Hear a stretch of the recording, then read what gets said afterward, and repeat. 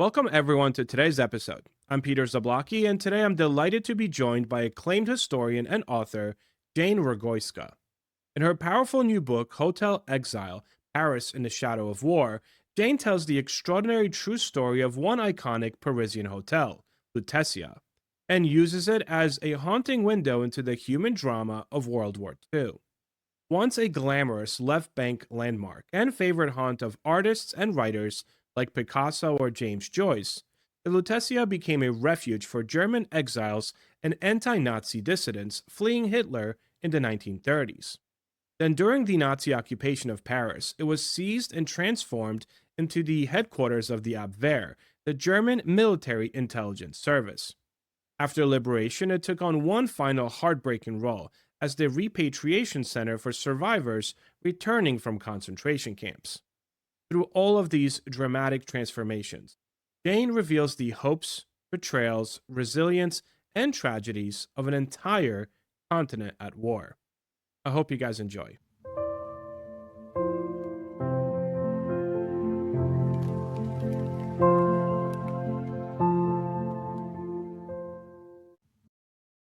Jane, welcome to History Shorts.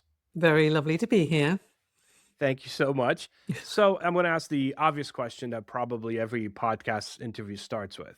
Was this something that you always wanted to do and you're like, I'll get to it when I get to it? Or was this something when you're like, oh, wouldn't this be cool if I could tell the story of this one specific hotel?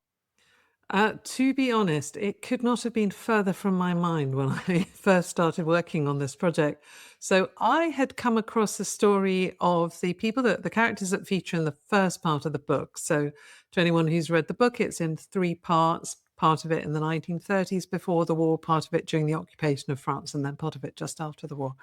And when I wrote my very first book, which was about a photojournalist called Gerda Taro who had to escape the Nazis and ended up in Paris, I became really fascinated by these German anti-fascists who were living in exile in Paris in the 1930s. And I was looking to write about them, actually. And I was sort of searching around for a way of framing their story. And just, you're looking for something that will make it all cohere. There were lots of different characters. And I was thinking, oh, maybe there's somewhere where they used to meet, some cafe or some street or so, and you're digging away. And these days, you do a lot of digging on the internet, don't you? So you're just kind of scrolling rather than digging. And I came across a website, and I found just this tiny little paragraph about something called the Lutetia Committee. I had never heard of the Hôtel Lutetia. I didn't know anything about it, but it was kind of a little sort of lightning bolt moment where I thought, oh, this is about my German anti-fascists meeting in this grand hotel on the left bank of Paris in the 1930s. And what they were doing there is they were just hiring a meeting room to try to form a popular front at government that would be ready to take power when Hitler fell, which obviously at the time they thought would be any minute now. This is in the mid 1930s.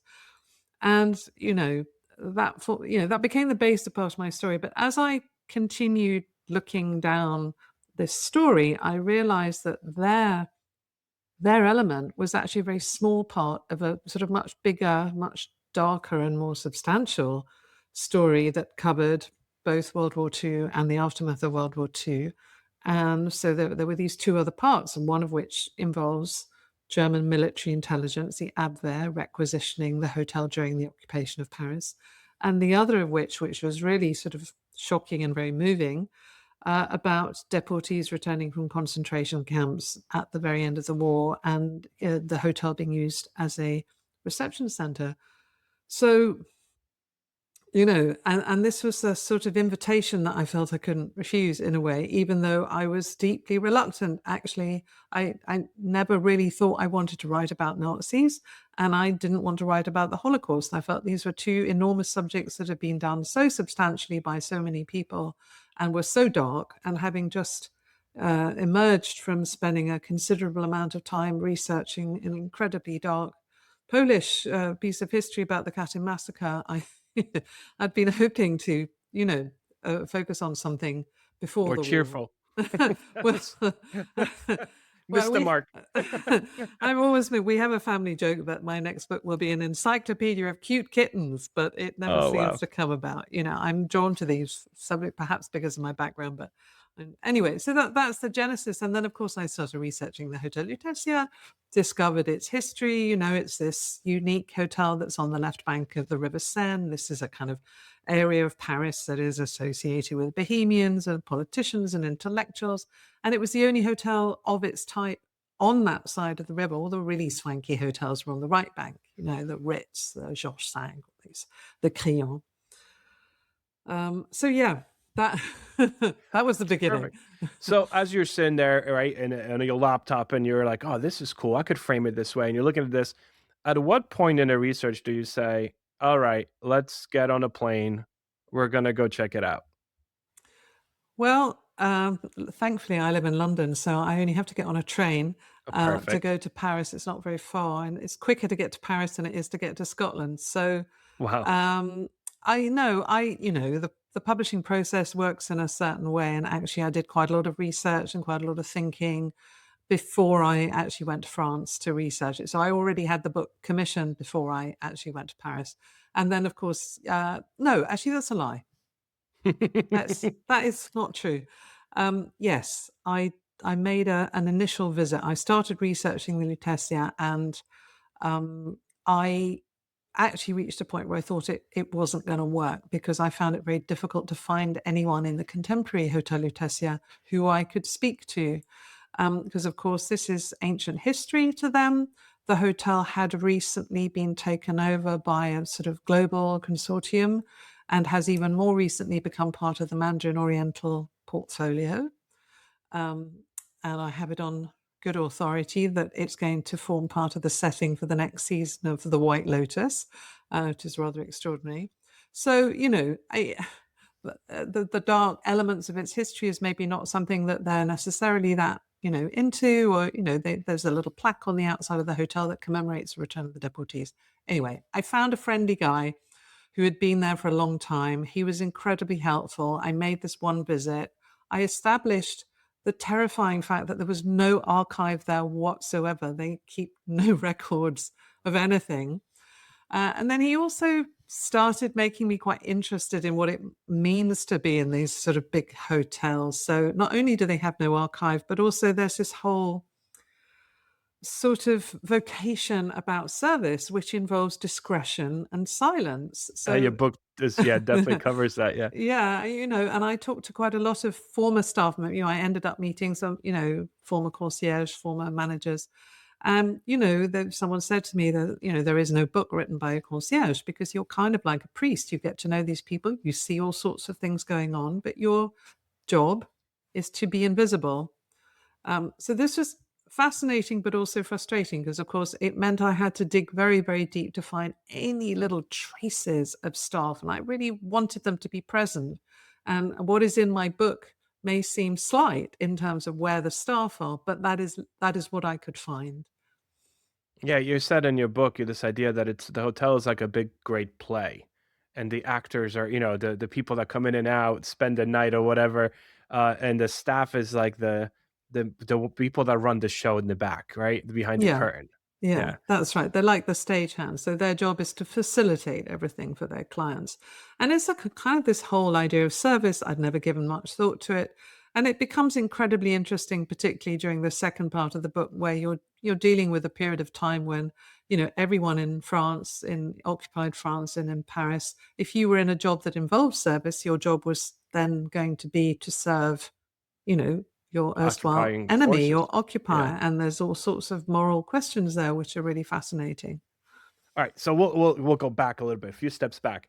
Can you tell us about the Lutetia crowd of the 1930s, right? Like who? Like, let's talk about the first stage of the hotel in your book. Who are these people, right? Like, can we, because we combine them as the crowd, I guess. Yeah, so the Lutetia committee, or yes, the Germans, the Nazis used to call them the Lutetia crowd, very just sort of. They were a group of initially very prominent German anti-fascists who had been forced to flee Germany when Hitler came to power. And, almost immediately after Hitler came to power, we have the Reichstag fire, and we have this enormous clampdown on anyone who's opposed to the Nazis. So the first wave of people who fled were prominent writers, people like Heinrich Mann.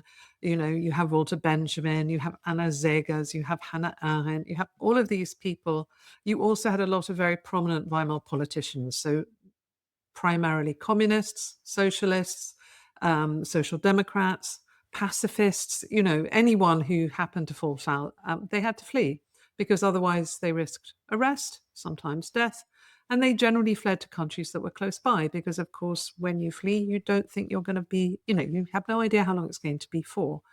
Um, so this is who they were. And so the Lutetia Committee was sort of overseen by these two extraordinary figures, one of whom was Willy Münzenberg, who was the sort of leading light of the sort of communist side of things. He was a bit of a maverick. He was a master propagandist and a man of extraordinary energy. And he was given the sort of okay by the Comintern to start trying to form in a kind of popular front. So stop arguing with all the socialists and things which had been the policy of the earlier part, where they treated, other people on the left as sort of proto-fascists. Get together, we've got to defeat the fascists. And Heinrich Mann, the older brother of the more famous Thomas Mann, a very distinguished writer, relatively old at this time, and he became the figurehead of the sort of anti-fascist movement. So they were all very politically active. They were, my book concentrates a lot on daily lives of people and the real experience of being a refugee and an exile. The poverty, the kind of the paperwork, the loss of your identity, the loss of your language. And I'm very keen always to try to bring my readers alongside the characters that I'm writing about, so that you see things from their perspective. As a parent, as Walter Benjamin, for example, who never had any money, was constantly sort of scraping things together. That sense of desperation to get to give readers a real feeling of what it's like to lose everything, have to give up everything. And for people like these who were intellectuals and politicians, it wasn't just unusual for them to be walking around in, shoes that were flapping at the soles. And, it was also the fact that they had lost their voice.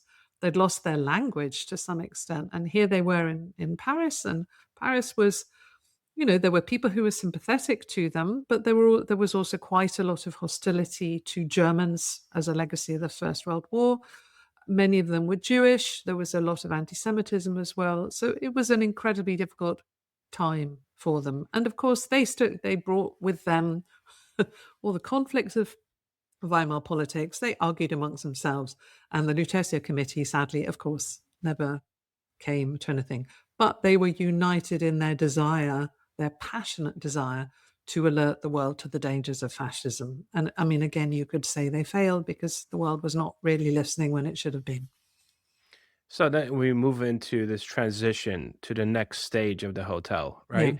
Can you elaborate what happens to these people? And you kind of briefly touched upon this idea of the staff at this hotel, right? How do they view this second stage, right, within your book when this hotel is taken over by the occupying forces?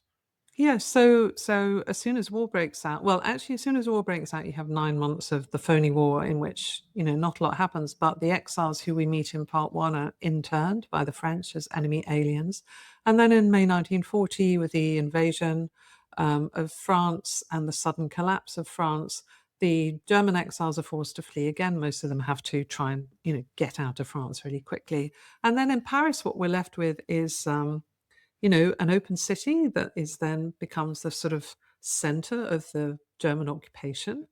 And almost overnight, all of the big hotels were requisitioned by the military authorities. And, obviously there was a kind of hierarchy in who got the best hotel. And they were all very quick to try and get themselves into the nicest buildings. So most of them were on the right bank, so military command and things. But the Abwehr, which is a sort of ambivalent organization, so military intelligence, espionage, this kind of thing, but they were not Nazis, they were not ideological Nazis. They were led by Admiral Canaris, and he chose the Lutetia as their headquarters. So virtually overnight, the hotel goes from a place that has guests to a place of work. So hundreds of these Abwehr officers and their secretaries and their clerks turn up with typewriters and telephones, and the whole place is sort of transformed. And and it's weird because they live there and they work there. And quite unusually, Colonel Rudolph, who was in charge of this Abwehrstelle, as it was called, um, uh, he kept on about two-thirds of the staff, including the manager. So they kept their jobs, which I imagine in a situation where there's rationing for the French, would be necessary. It would be quite difficult to walk away from something like that. And I think it's very hard to tell how each individual would have felt. What we do know that is the manager was absolutely seamless in the way that he behaved towards. He was called Monsieur Chabaz, and he was a brilliant manager, and he treated everyone the same, whoever they were.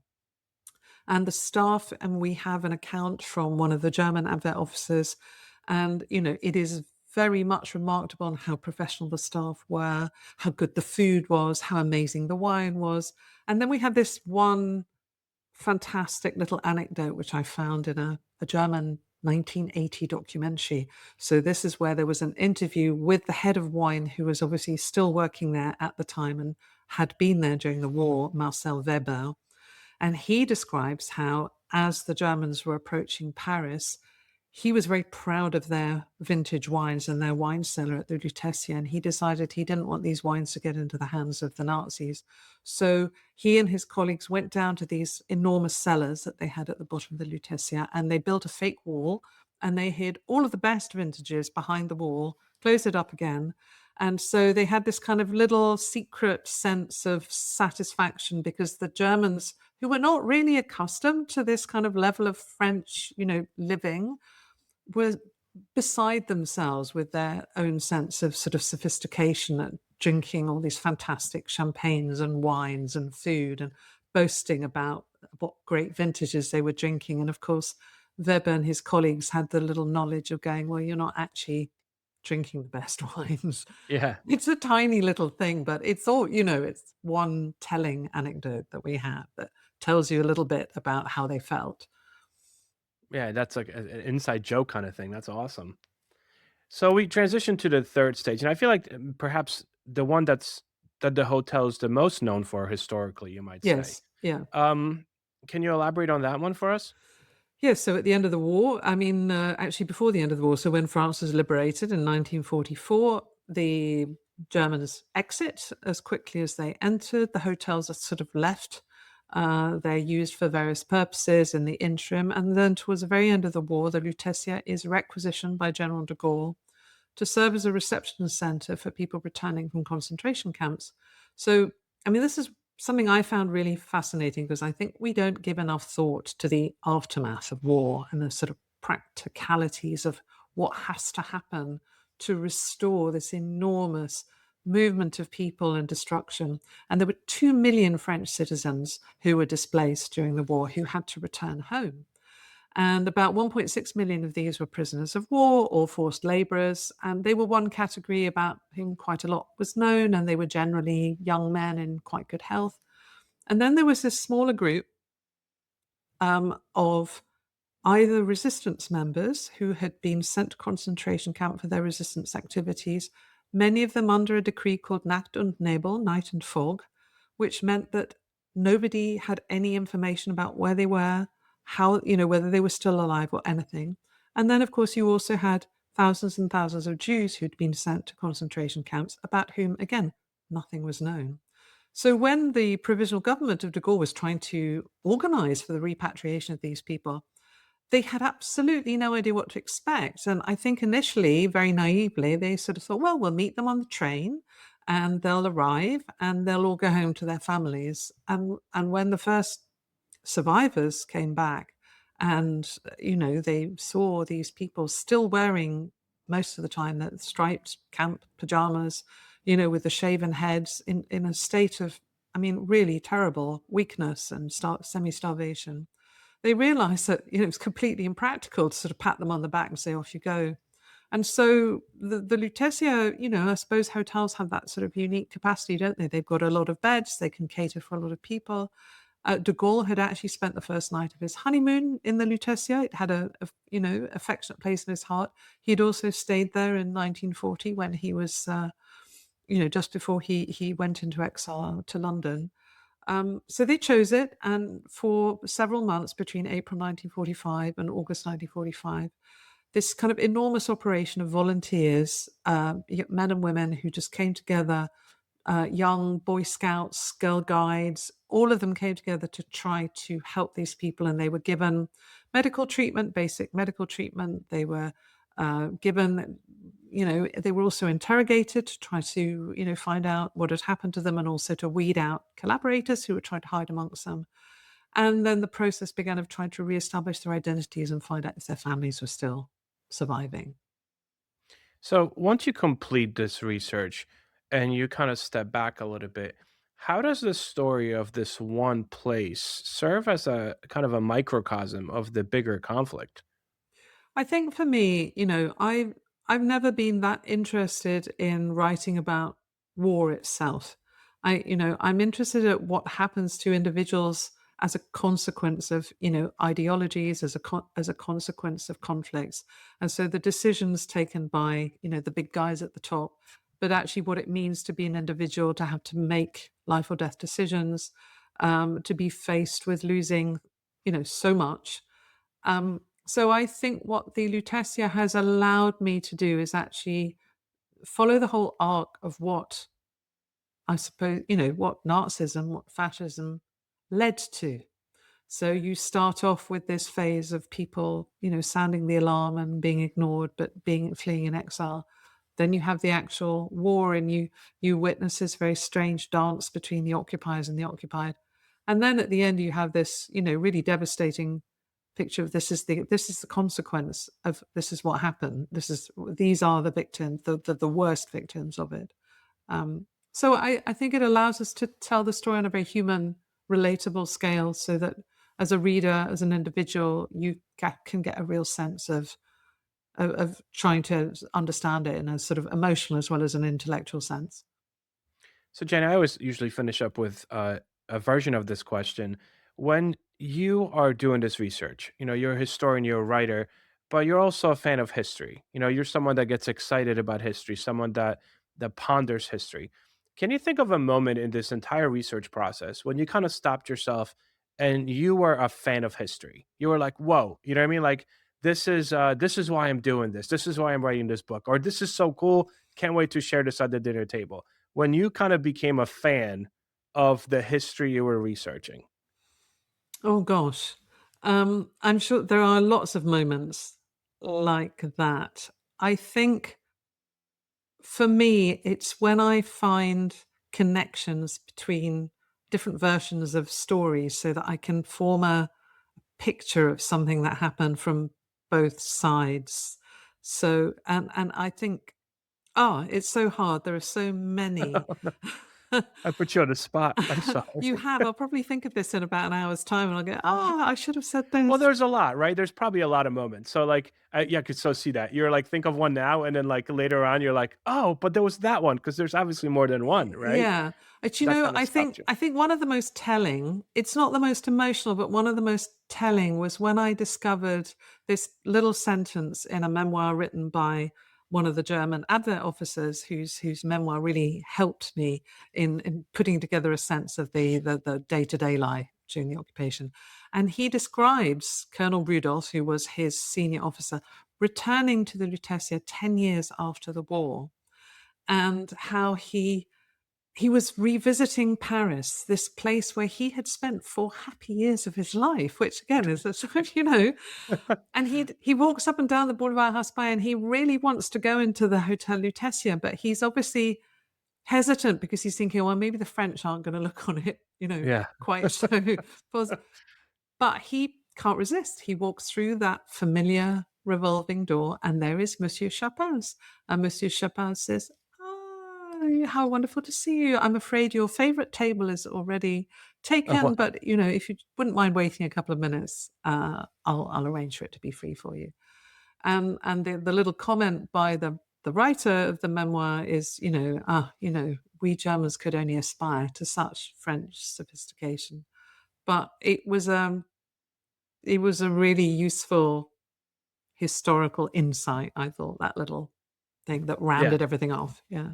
Yeah, that would be something I would bring to the dinner table. But yeah, Yeah. there's loads of things, and there's loads of really moving things as well. But yeah, for a longer Yeah. conversation. Yeah. Yes, indeed.